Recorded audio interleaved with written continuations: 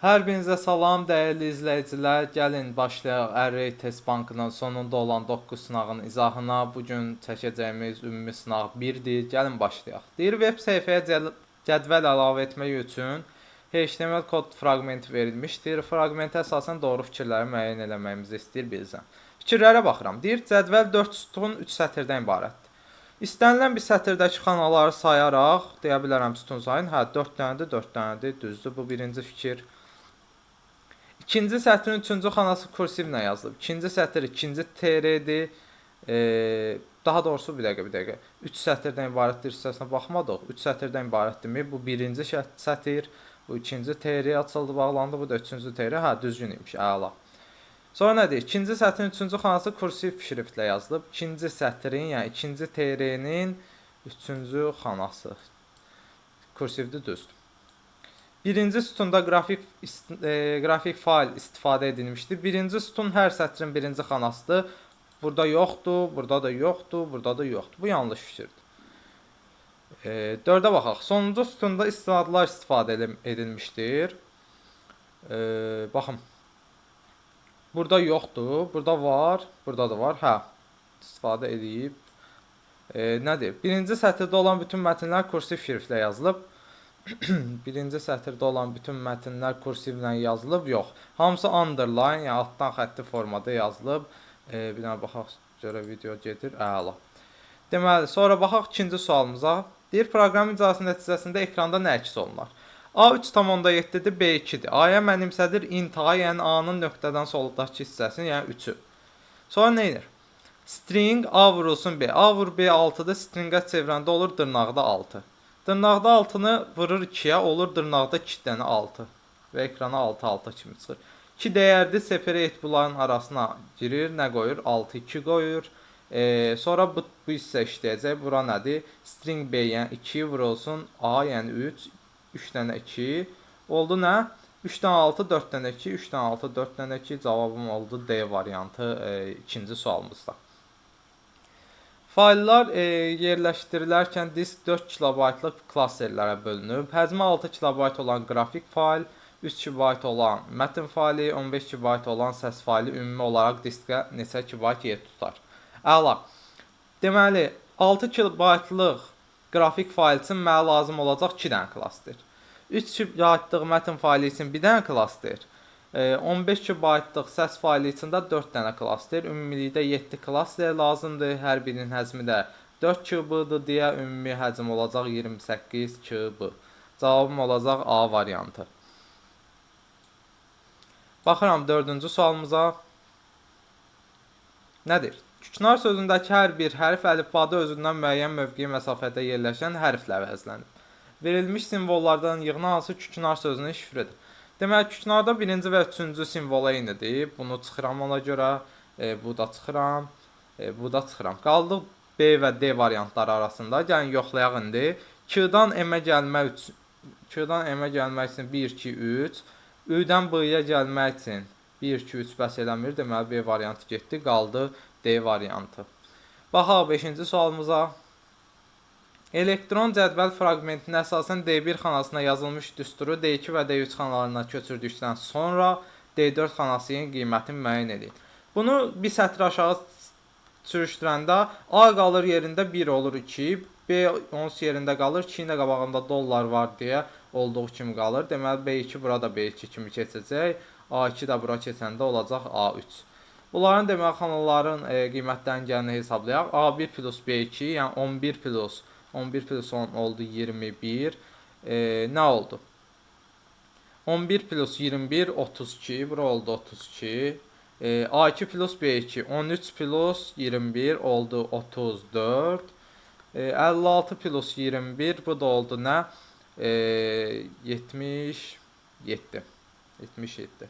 Əla, bunları cəmləyəndə nə? 100, 111, 143. Düzdür? 143 cavabım oldu Y variantı. Yəni bu sütunun qiymətini istəyirdik. Bu da bu 3 dənənin cəmidir deyə bunun qiyməti oldu 143. Baxaq 6-cı sualımıza. Bərabərsizliklərdən neçəsi doğrudur? Deməli 7 bit kiçikdirmi 3 baytdan? 3 baytı bitə çevirəndə 3/8 bit olur. Bəli, kiçikdir. 25 bayt böyüdür 3-2 baytdan? Yox, çünki 3-2 baytı 25 bayta çevirəndə 200 ona vuracam. Bu da avtomatik böyük olmuş olacaq. 8 MB böyüdü 2 GB-dan. 2 GB-ı MB-a çevirəndə 200 ona vuracam. Olacaq 211 MB və bundan kiçik olmayacaq. 124 bit kiçik böyüdürmü 12 baytdan? 12 baytı bitə çevirəndə 8-ə vuracam və bundan kiçik olmuş olacaq. 2 MB kiçikdirmi 120 baytdan? Xeyr, çünki baytdan bayta keçəndə 220-yə vuracam. Bu da 221 olacaq. Avtomatik böyük olmuş olacaq. Neçəsi doğrudur? 2 dənəsi. Cavabım olacaq B variantı. Verilənlər bazasının tələbələr cədvəlində ID, ad, soyad, bal sahələri var. Əgər cədvəldə axtarış, not ID, ad yadigar, or, bal 667 sorğusuna əsasən aparılarsa, hansı tələbələrin siyahısı əks olunacaq?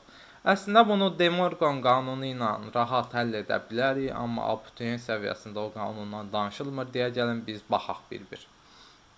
Deməli, ad, gəlin əslində deyim, prosta əlavə məlumat kimi. De Morgan qanunu deyir ki, əgər bunların option hamısını inkar eləsəm, olacaq ad. Bu fərqli idi, olacaq bərabərdir yadigar. Or olacaq and. Bu da əks olacaq bal, b yazıram da kiçik bərabərdir 667. Sorğunun nəticəsi bu olacaq. Yəni adı yadigar olub və balı 667-dən kiçik bərabər olanlar. Niyə? Çünki adı yadigardan fərqli olanlar və ya balı 667-dən böyük olanların çoxluqların birləşməsini not elədi. Yəni ümumi çoxluqdan bunları çıxartdı. Yerdə hansılar qaldı? Bu iki şərti də eyni zamanda ödəyənlər. Yəni adı yadigar olub, balı 667-dən böyük olmayanlar, yəni cavabım olacaq bizi üçün olmayanlara diqqət eləyək. D variantı. Keçək növbəti sualımıza. HTML-də yazılmış kodu hansı formatda mətn təsviri yaratmış olar? Gəlin baxaq. Deməli, boldun içindədir nə? Yadik anka. A variantı, B variantı getdi. Həmçinin Y variantı da getdi. Underline-dadır nə? Yenə yadik anka. Cavab oldu D variantı. Klaviaturadan daxil ediləcək S sətrindəki rəqəm simvollarının sayını tapmaq üçün tərtib olunan proqramdan yanlış olanı müəyyən edin. Gəlin baxaq. Yanlışı soruşur. Deməli, burada nə? Baxım görüm. 0-dan böyük, eyni zamanda 9-dan kiçikdirsə, rəqəmdir və rəqəm simvollarının sayı. Burada bir problem görmədim. Burada nə edir? Deyir ki, əgər bu simvolun, yəni S-nin, S-i bir-bir bunun simvolları, simvolun sayı rəqəmsin içində 0-dan böyüksə, deməli, bu rəqəm simvolu düppədüz. Baxın bura. Burada nə deyir? Deyir int, burada xətadır. Niyə? Çünki əgər stringdirsə, bu stringdirsə, intə çevirəndə bunu error verəcək və proqram yanlış olmuş olacaq. Cavabımız oldu 9-cu sual üçün C variantı. Baxaq 10-cu sualımıza. Proqramın nəticəsini müəyyən edin. S-ə mənimsədir S-lower'ı hamısı oldu kiçik hərflə. Əla. Nə deyir indi proqramda? Deyir, S-in ikinci indeksində dayanan element A simvolu olsun və həmən indeksin 2-yə bölməsindən alınan qalıq 0 olsun. Yəni cüt indeksdə dayanan A simvolların indekslərin cəmləyir. Əla. 0, 1, 2, 3, 4, 5, 6, 7, 8, 9, 10, 11. Bundan sonra A yoxdur, baxmağın mənasız. Deməli, 0-ı cüt kimi qəbul edəcək. Çünki 0-ın 2-yə bölməsindən alınan qalıq 0-dır. Yəni bu. Onsuz cəmə təsir eləmir deyə problem yoxdur, onu götürməmək belə. Sonra 2-ni cəmləyəcək indeks dəyəri olaraq. Sonra 5-i cəmə əlavə eləmir, çünki 5 təkdir. 8-i əlavə eləyəcək, 8 cütdür deyə. Başqa da nəsə əlavə eləməyəcək. Nə olacaq? 8 ilə 2-nin cəmi kanun son qiyməti olmuş olacaq. Y variantı, yəni 10. Baxaq 11-ci sualımıza. Deyir, proqramın nəticəsini müəyyən edin. Bir dənə funksiyamız var, ayırdım. Funksiya nə iş görür? X ədədi daxil edilir və 1-dən x-a kimi dəyişir. 1-dən x-a kimi bütün ədədlərin hasilini tapır. Yəni x faktorialı hesablayır. Funksiya bildi ki, faktorialı hesablayır. X faktorial. Əla. Və bunu da geri qaytarır. Görə bizdə indi proqramda nə edir? Bir dənə siyahı var. Siyahının bir-bir i elementləri olur. Hər dəfə o elementi yollayır foo funksiyasının içinə. Yəni, həmən elementin faktorialı bu i faktorialı verəcək bizə. Deyir i faktorial. 30-dan kiçik bərabərdirsə o cəmi əlavə edir i-ni. 3 faktorial 30-dan kiçik bərabərdir 3-ə əlavə eləyəcək. Həmçinin 1-i də əlavə eləyəcək. 5 şərti ödəməyəcək, 7 şərti ödəməyəcək, 2 ödəyəcək, 8 ödəməyəcək. Oldu ümumi nəticəsi S-in dəyəri oldu 6. Cəm 6, çıxışa da 6 veriləcək. Baxaq 12-ci sualımıza. Deyir, nəticələr cədvəlin fraqmenti verilmişdir. Bu cədvəl əsasının aşağıdakı formada nəticələr query sorğusu yaradılarsa, sorğu nəticəsində alınan cədvəldə ilk 3 yerdəki tələbələrin sıra nömrələrini ardıcıllığını müəyyən eləyin. Eləyək. Deməli, sorğuda nə deyir? Birinci diqqət eləyək ki, burada ascending eləyib informatika nəticələrinə görə. Ascending nədir? Azdan çoxa düzüb. Əla. Deməli, orla bitişdirib nəyi?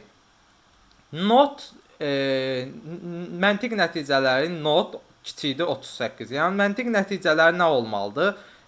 38-dən böyük bərabər olmalıdır. Aha. Or və ya nələ xarici dili, x yazıram. Xarici dildə böyük olmalıdır 20-dən. Bu şərti ödəyənlər hansılardır? Gəlin baxaq. Görün, məntiq nəticəsi 38-dən böyük bərabərdirmi? Hə. Bu da hə.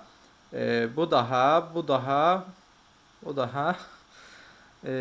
Və demək olar ki, bunlar hamısı şərti ödədi. Deyə heç ikinci tərəfinə baxmadım. İkinci tərəfdə nə idi? Xarici dili böyüdür 20-dən. Bunun xarici dili 20-dən böyüdür deyə. Bir də 6 xaric hamısı ödədi bu şərti. Əla. İndi bizdən ilk 3 yerdəkini soruşur. Azdan çoxa düzüləcək deyə informatika nəticələrinə görə. Birinci olacaq Samir, ikinci olacaq Ziya, üçüncü də olacaq Əhməd. Samir, Ziya, Əhməd, yəni 5, 4, 1. 5, 4, 1 formasında düzüləcək. Cavabım olacaq 12-ci sual üçün B variantı. Gəlin, davam edək.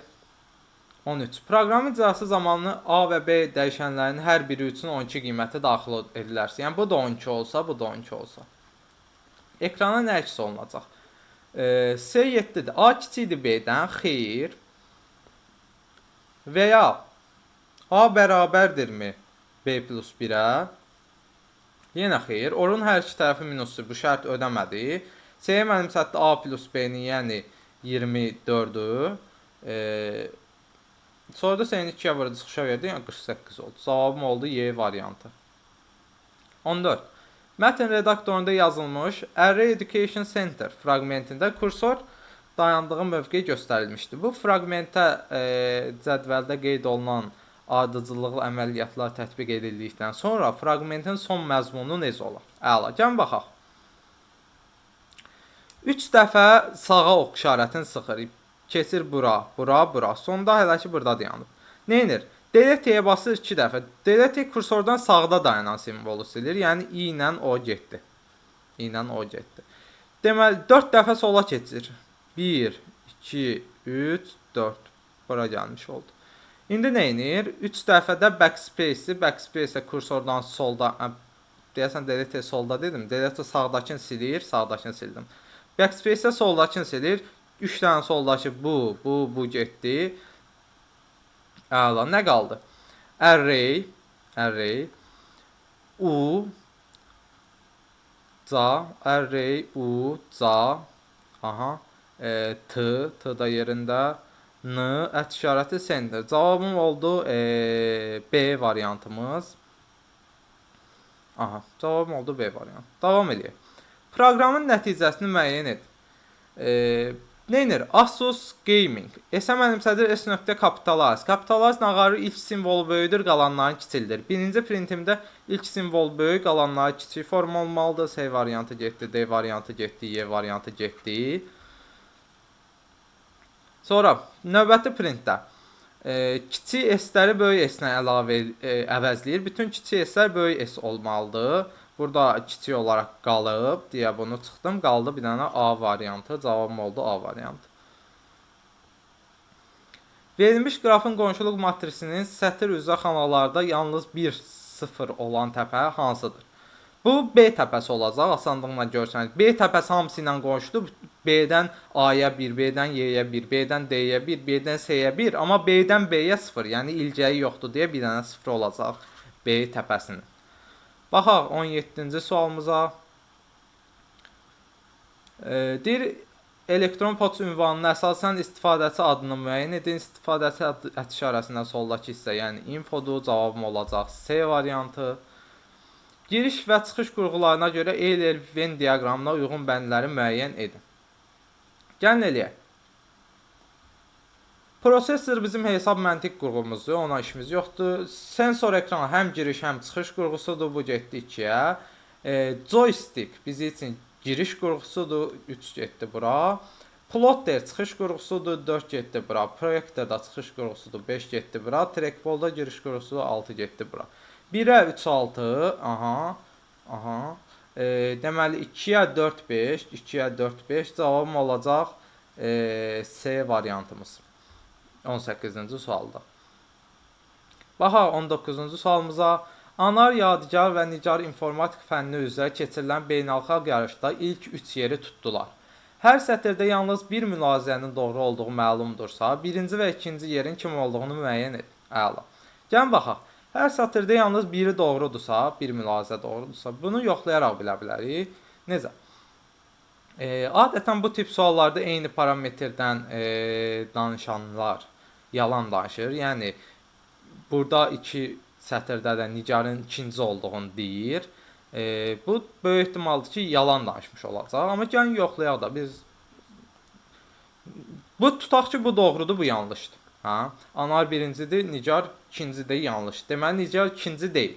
Burada da onda avtomatik yanlış olmuş olacaq. Burada plus olmuş olacaq. Görək bu şərti ödəyirmi? Anar birinci olsa, Nicar ikinci deyilsə, onda Nicar üçüncü olmuş olur. Yadigar üçüncüdür. Aha, Yadigar da üçüncü. Şərt ödəmədi. Ola bilmədi belə. Əla. Deməli, o eyni şeydən danışanlar yalan danışmırmış. Buna plus, buna minus desək, Anar birinci deyil, Nicar amma ikincidir. Nicar ikincidir, bu plus olur, bu minus olur.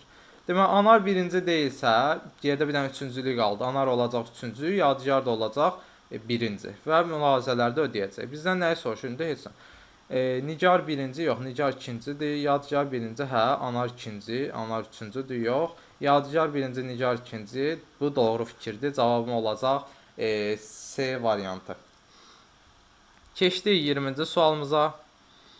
Proqram icrasından zamanı klaviaturadan daxil ediləcək aralarında bir boşluq simvolu olan sözlərdən ibarət sətir üçün proqramın təyinatı müəyyən edin. Gəl müəyyən edək. Görək nə iş görür. Bir dənə funksiyamız var. Əla. Yenə baxaq görə funksiya nə iş görür. Birinci bunu təyin edək. Funksiyaya bir dənə nə yollanır? Funksiyaya birinci bir proqram baxır. Yəni, sətir daxil olur, bir boşluq işarələrindən ibarət. Əla. Və sətiri bölür, split eləyir, boşluqlara görə ayırır eləyir list. Funksiyada sıfırdan lənələsə kimi gedir və hər dəfəsində uzunluğu qədər işləyəcək. Tutaq ki, 5 sözdən ibarətdirsə 5 dəfə işləyəcək bizim dövrümüz. Məsəl üçün deyirəm. Yəni, əla. Sonra nə edir? Hər dəfə funksiyanın içinə eləsi yollayır. Bu ümumi siyahıyı yollayır. Əla. Görək nə olacaq. Ümumi siyahıyı yollayır, funksiya nə iş görür? Bu siyahının bir-bir elementlərinə baxır, sonuncu element xaric. Deyir ki, ikinci indeksindəki element əgər özündən sonraki elementdən böyükdürsə, burada swap algoritmi tətbiq edir. Yəni, onların yerlərini dəyişir. Və hər dəfə bunu dəyişdikcən, elə bil tutaq ki, buradakından böyükdürsə, yəni birinci indeksdəki element ikinci indeksdəkindən böyükdürsə, bunların yerini dəyişir. Və sonra keçir bu dəyişdiyindən özündən sonraki müqayisə edir. Hansı böyüksə yerini dəyişir və belə dəyişə-dəyişə gedəndə avtomatik olaraq böyüyü sağ tərəfə, yəni böyüyü axıra aparmış olur. Və bu, belə deyim, sətrimiz uzunluğu azdan çoxa düzülür. Əla. Uzunluğu azdan çoxa düzdür. Geriyə də nə qalır? Axırda geriyə x-i qaytarır və qaydan şeyi də join eləyirlər S sətrinə boşluğuna görə. İndi nə eləmiş olur? Sətri uzunluqlarının artma sırası ilə çap edir. Sözləri uzunluqlarının artma sırası ilə çap edir. Cavabım olacaq Y variantı 20-ci sualımızda.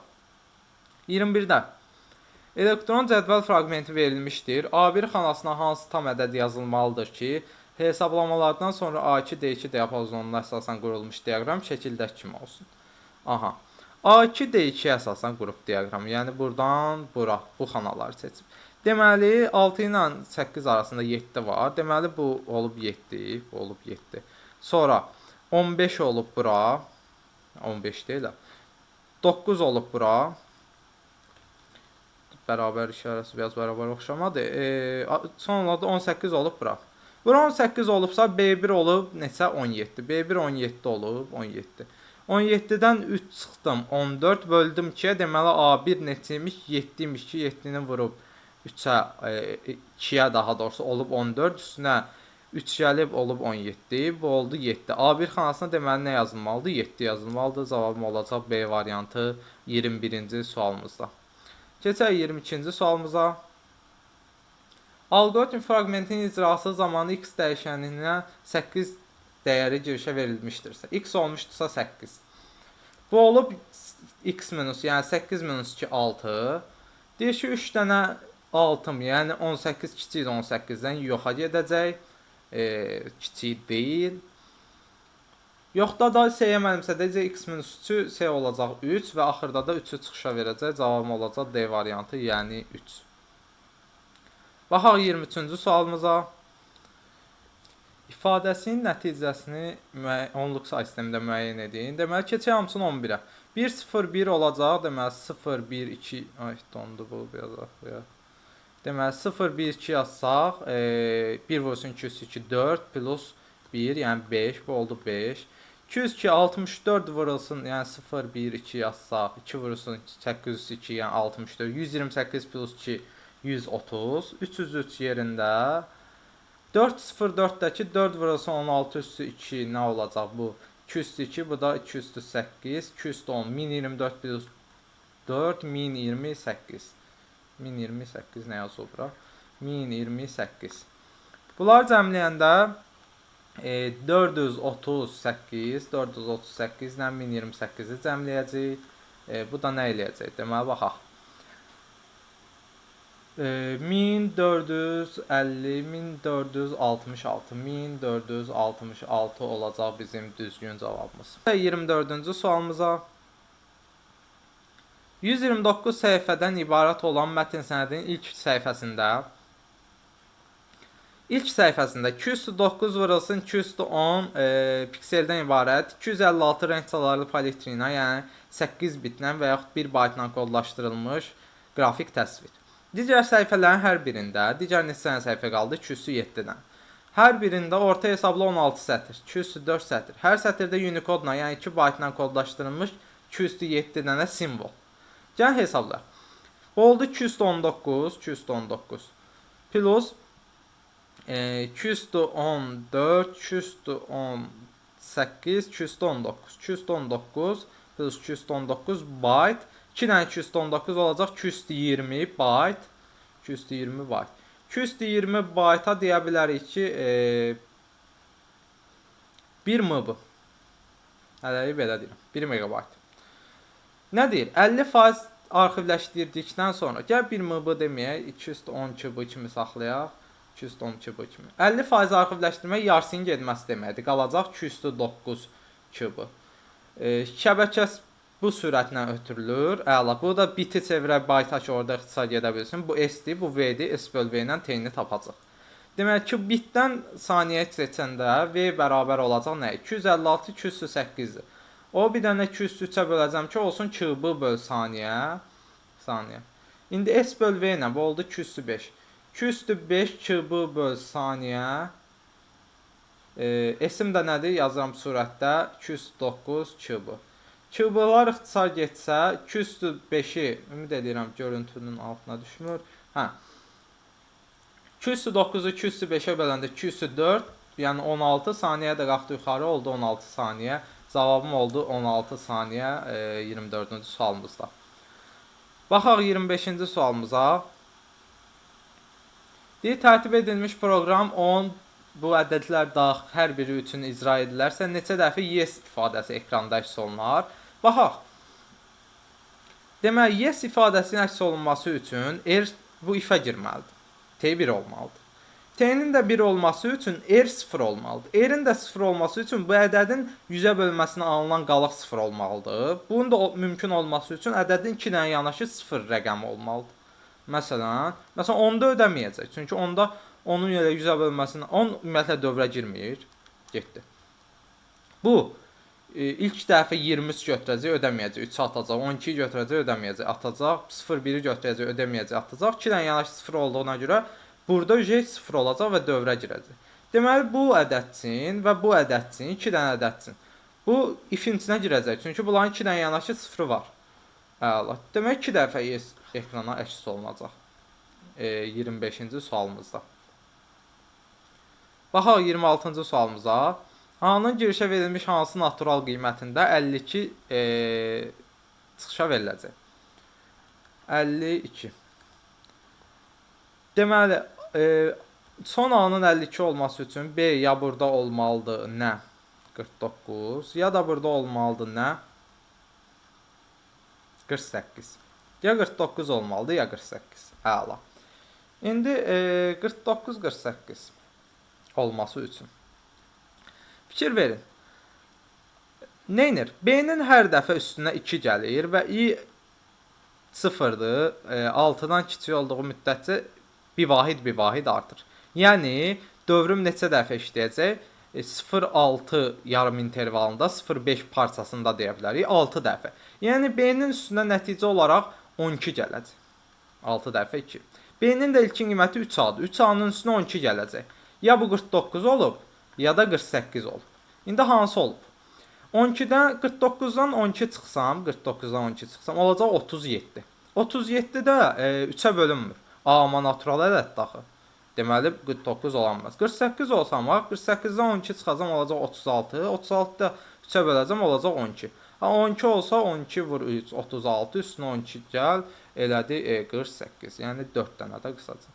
Yəni cavab ola bilər 12. Ola bilər 12-dir. Uyğunluğu müəyyən edin. Gəlin baxaq 27-ci sualımıza. Nədir? Xətti budaqlanan dövrü. X həqiqi ədədin girişə verilmiş qiymətində funksiyanın qiymətinin hesablanması. Deməli, bu bizim üçün olacaq budaqlanan. Niyə? X tutaq ki 100 olsa, məsələn deyirəm 1000 olsa, kök 6 mənfi olur, kök 6 mənfi olanmaz. Kök 6 böyük bərabərdir. O şərti yoxlamaq lazımdır deyə getdi bura A. Sonra X həqiqi ədədin girişə verilmiş qiymətində bu. Bu xəttidir. Niyə? Çünki X-in istənilən heç bir qiymətində məxrəc 0 olanmır. Məxrəc 0 olmursa problemi yoxdur. Çünki plusdur və kvadratda həmişə müsbətdir. Əla. Girişə verilmiş 2000 natural ədədin cəmi. Bu dövr olacaq, çoxdur çünki. X həqiqi ədədin girişə verilmiş qiymətində funksiyanın qiymətini hesablayır. Bu xəttidir. Niyə prosu yerinə qoyub hesablayıram? Heç bir şərt yoxdur axı. Bu getdi bura. Sonra X-in parçadakı qiymətləri və parçada gəzəcəmsə bu dövrü. Düzdür, dövrün içində mən bu dağlandıracam, amma dövr daha üstün əməlli deyə bu ofşa olur dövrü alqoritm.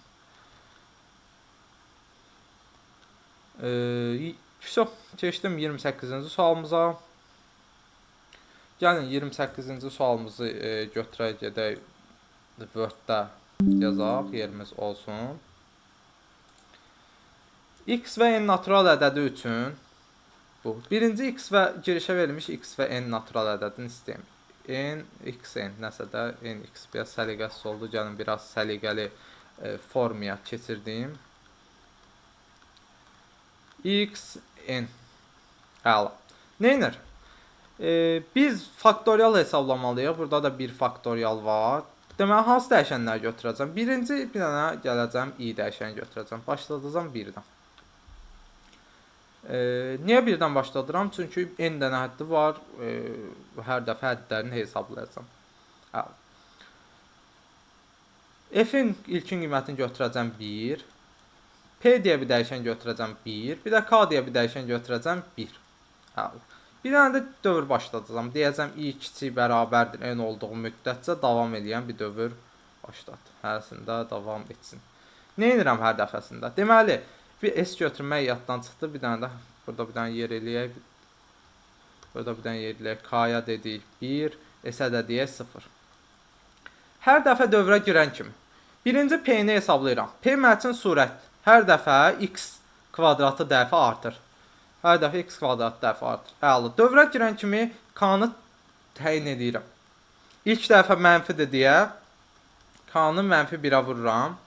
Və əldə eləmiş olam nə müsbət mi mənfi 1-ə vurdum, oldu mənfi. Və gələn dəfə fırlanıb gələndə olacaq müsbət. Əla. Bu öz yerində. İndi qaldı nə? Bir dənə qaldı faktoriyalı hesablamaq. F-i necə hesablayacağam? Gəlin baxaq. Fikir verin. Mən hər dəfə tək faktoriallar lazımdır. Amma tək faktorial, məsələn 5 faktorial tapanda 3 faktorial həmçinin 4-də də vurmalıyam. Yəni mənə tutaq ki 2i minus 1 faktorial lazımdırsa, amma mən tutaq ki i-ni yerinə 3 qoysam 5. Amma mən itirməməliyəm də bunu həmçinin 2i minus 2 faktoriala da vurmalıyam. Yaxşı. Amma i-nin bir qiymətində bura 0-a çevrilir deyə mən belə bir şey eləyəcəm. Nə edəcəm? Onsuz da ilkin halda bir faktorial var əlimdə. Gələcəm burada. S əlavə eləyəcəm. S əlavə eləyəcəm. Nə? Surət, yəni P bölünsün F, vurulsun işarə K. İlkini əldə eləyəcəm. Gələcəm, fırlanacam bura. i-ni bir vahid artıracam. i-ni bir vahid artıracam. i oldu 2. İndi 2 faktorialı rahatlıqla hesablayacam. Necə? F-ə mənimsədəcəm. F vurulsun 2i minus 1. 2i minus 1. Vurulsun 2i minus 2. Və nə əldə eləmiş oldum? i-ni yerinə 2 qoyanda neçəyə vurdum? 3 və 2-yə vurmuş oldum. 3 faktorialı əldə elədim. Gələn dəfə fırlanıb gələndə i-nin qiyməti 3 olanda neçəyə vuracam? 5-lə 4-ə vuracam. Əldə eləyəcəm lazım olan faktorialı. Dövr bitəndə, yoxa gedəndə bir dənə çıxışa verərəm nəyi? S-in son qiymətini. Bu da olar bu sualın bizim üçün həlli. 28-ci sualımızı. Yəni keçək növbəti sualımıza. Payçarm açaq bu sualı həll edə bilmək üçün. Klaviaturadan daxil ediləcək görə bilmədim. 1000 müxtəlif natural ədədin mürəkkəb olanların ədədi ortası. Birinci deməli for i in range 1000 yazdım. 1000 dənə ədəd istəyəcəm. Yəni 1000 dəfə işləyəcək dövr başladım və hər dəfəsində n-ə mənimsətdim natural ədəddir. Də düzdür? Int input. Bunların ədədi ortasını istəyir bizdən. Düzdürmü? Əvvəlcədən bir dənə cəm götürürəm. Yəni C götürək də 0. Bir dənə də S götürürəm 0. Cəmləyəcəm və sayacam. Mürəkkəb olanların ədədi ortasını istəyir. Əla. Belə eləyəcəm. Deyəcəm ki, say 0-dır. Və bir dənə for başlayacağam. For i in. Hətta say başladıram 2-dən. Yəni, bu say nəyin sayıdır? Ədədin, n ədədinin bölənlərini sayıdır. Və ədəd 1-ə və özünə bölünür deyə sayı 2-dən başlatdım. Deyirəm ki, 2-dən ədədin yarısına kimi gedəcəm. Niyə yarısına kimi? Çünki ədədin yarısından sonra bir dənə böləni özüdür, özünə da baxmadım da. Deyirəm if, əgər n faiz i bərabərdirsə 0-a, n i-ni bölə bilirsə. Hətta biraz da işməsində rahatlaşdıra bilərəm, bundan canımı qutara bilərəm, breakdən istifadə eləyərək. Amma indi break bilməyənlər üçün gəlin davam eləyək. Sayı bir vahid artıracam. Və dövr bitəndə yoxlayacam. If say böyüdürsə 2-dən, deməli 1-lə özündən başqa da böləni olub, onda cəmi artıracam n ədədi qədər. Sayı da artıracam bir vahid. Və bu dövr bitəndə bütün ədədləri cəmləyib sayandan sonra axırda bir dənə print. M bölünsün, yox, daha doğrusu cəm bölünsün say. Bu formada yaza bilərəm. Nə etmiş oldum? 1000 dənə hər dəfə ədəd istəyirəm.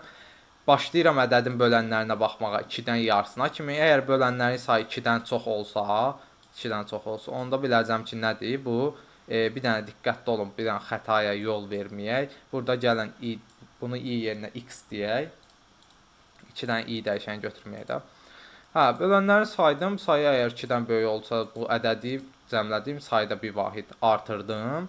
Və belə davam elədim. Bütün 1000 dənə cəhdə deyib də 1000 müxtəlif natural ədədin mürəkkəb olanlar ədəd ortası. Axırda da ədəd orta çapa vermiş oldum. Gəlin baxaq indi 30-cu suala. Klaviaturadan daxil ediləcək A simvolu ilə başlayan sözlərin ilk simvolunu böyük A simvolu ilə əvəz edən proqram. Əla. Birinci sətri istəyək. S bərabərdir input, sadəcə istədim. Gəlin elə burada da split eləyək, bölək siyahıya. Nə edirəm indi? Nə edirəm? İlk simvolu böyük forması ilə əvəzləməyimi istəyir hamısını. Yaxşı. Gəl belə eləyək. Böyük A ilə başlayırsa. Deyirəm for I in range 0-dan gedirəm len S-ə kimi. If əgər S-in i-ci indeksində dayanan simvolu, sözün ilk simvolu kiçik A-dırsa, onda S-in i-ci indeksində olan simvolu dəyişirəm. Sözü dəyişirəm.